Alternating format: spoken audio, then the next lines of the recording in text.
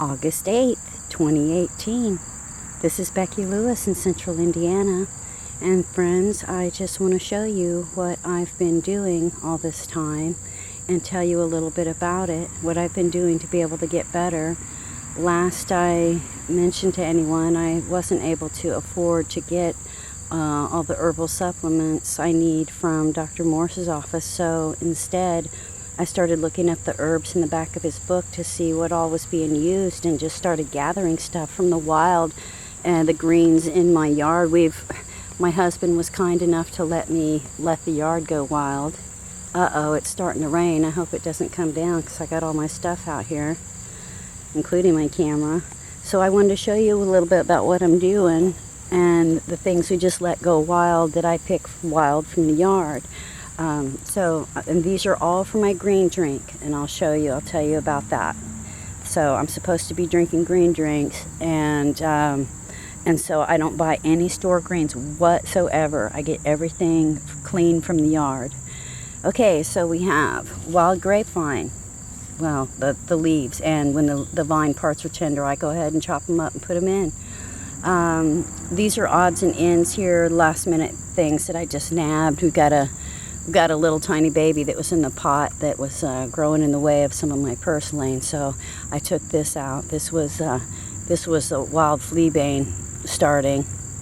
So I've got some echinacea, which I have a bunch of growing up front. Strawberry leaves,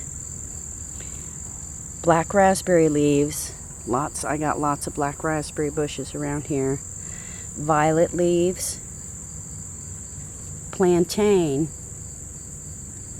dandelion, and a lot of the greens, and some roots. I'm using some roots. This is purslane.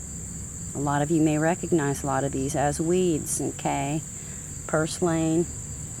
And you've got wood sorrel. I'm sure most of you recognize that. A lot of people confuse it for clover, but it's not a clover at all. This is called wood sorrel, and it's delicious. It's got a lemony flavor to it. I've got lemon basil, sweet basil, and these are creeping Charlie or gill over the ground. A lot of people might recognize those as an invasive weed to your yard, but they're not only delicious, they're in the mint family. They are delicious and minty, and they are highly, highly nutritious. Okay, we've got catnip, a bunch of leaves and a couple of buds. Got clover. There's some white clover mixed in here with the red clover. Lemon balm. And I've got some dock leaves, some burdock. That's the young burdock leaves. So what I do, friends, and this is just a typical greens drink for me, but I do mix different things in. There's just all kinds of stuff out here that I get things off of that I've learned are not only edible but nutritious. So I don't put anything in that I haven't already learned about. And if anyone's interested, leave comments below. I'm happy to tell you what I'm learning and how it's getting me back on my feet. So these green drinks are so ridiculously high in nutrition. Friends, you can't get the kind of nutrition at the store. No matter how good a product you buy, you cannot get the nutrition that you get in the wild greens. Okay, and the greens that are growing wild, like in your yard. But we go foraging. My husband has been taking me out, and I get out and I go and pick greens. Once in a while, he'll get out and help me pick stuff like horsetail and things like that. There's just different things sometimes he gets out and helps with, but usually he's still trying to conduct business, take care of things while I go get my stuff, because I still don't drive. So, but anyway, friends, I wanted to share this with you because it is healing me. It is helping me to heal that, and the fruits, okay? All the fruits, berries, and, well, I haven't had any melons yet, and melons haven't worked well with me for a long time, so I've been just sticking to the fruits and berries. But the berries especially crank you up, making berry smoothies, and then then we sift out all the seeds through a sifter, and so I don't have to process any seeds because I have severe stomach issues that I have to deal with. And this is something else that I'm healing through my through my healing, because I have just an enormous amount of issues to deal with.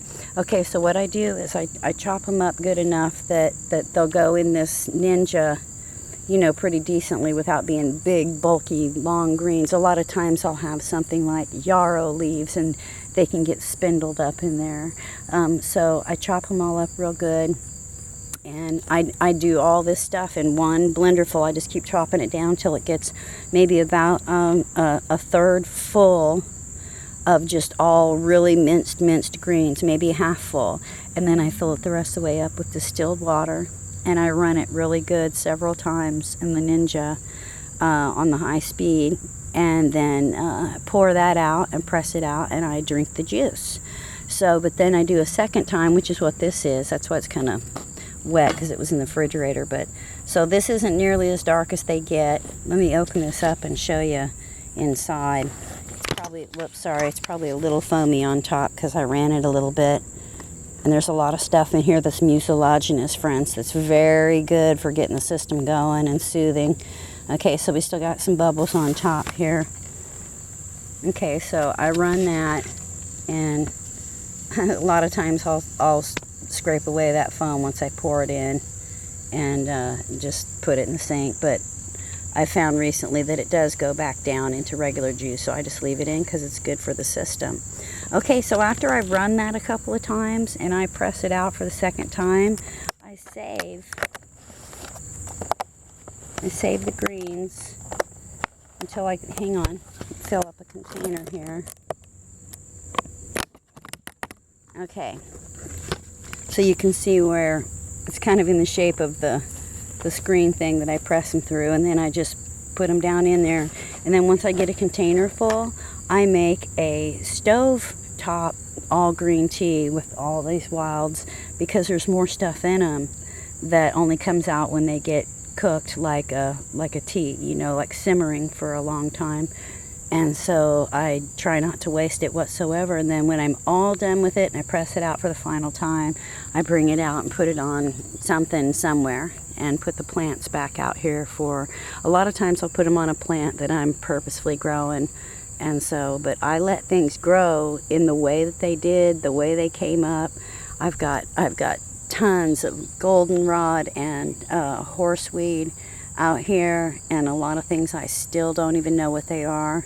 The only thing we're growing on purpose out here are tomato plants that are kind of getting overgrown with weeds. I'm gonna have to pull back some grass and stuff, but our neighbor gave us some of his because he had so many growing and they weren't in the right place for him. So, but anyway, friends, our garden got destroyed, completely destroyed. I'll go into that later. But in the meantime, so I'm making use of all these lovely plants that people call weeds, and they're healing me.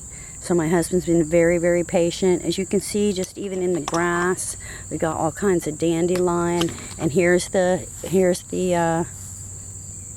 creeping Charlie that I was showing you. These are the ones that are super minty and delicious. Also called gill over the ground.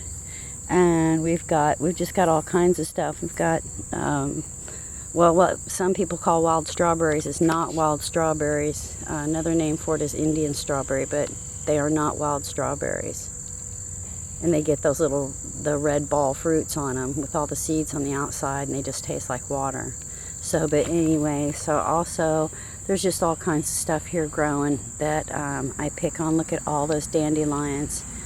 And they're in a perfect shape to dig up roots too, because they haven't gone to flower. It's, you know, too late in the year. These don't flower anymore. Once in a great while I'll find one that's flowering, but it's tiny and I leave it alone and let it spread. So, but anyway, friends, I just wanted to share with you a typical green drink that I make, and how I do it and what I do with everything, because I would like to highly encourage anybody out there, to start collecting the wild greens. And if you've never had anything wild before, then you got to start out really small, like just, you know, like a little handful of dandelion greens, maybe mixed in with the regular stuff that you're used to or whatnot. But you don't have to juice them. You can eat them raw, get the little young tender ones. And let me tell you something, violet leaves are so delicious, and they have absolutely no bitterness to them whatsoever.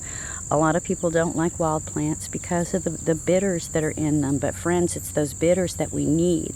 It's those bitters we need to help process our food properly, along with all the other nutritional value it has. But many of these things do not have anything bitter. Grape leaves are good too. And so, and the purslane is delicious, and it's nice and textured, and it has, it's a succulent, and it just has a delicious flavor to it.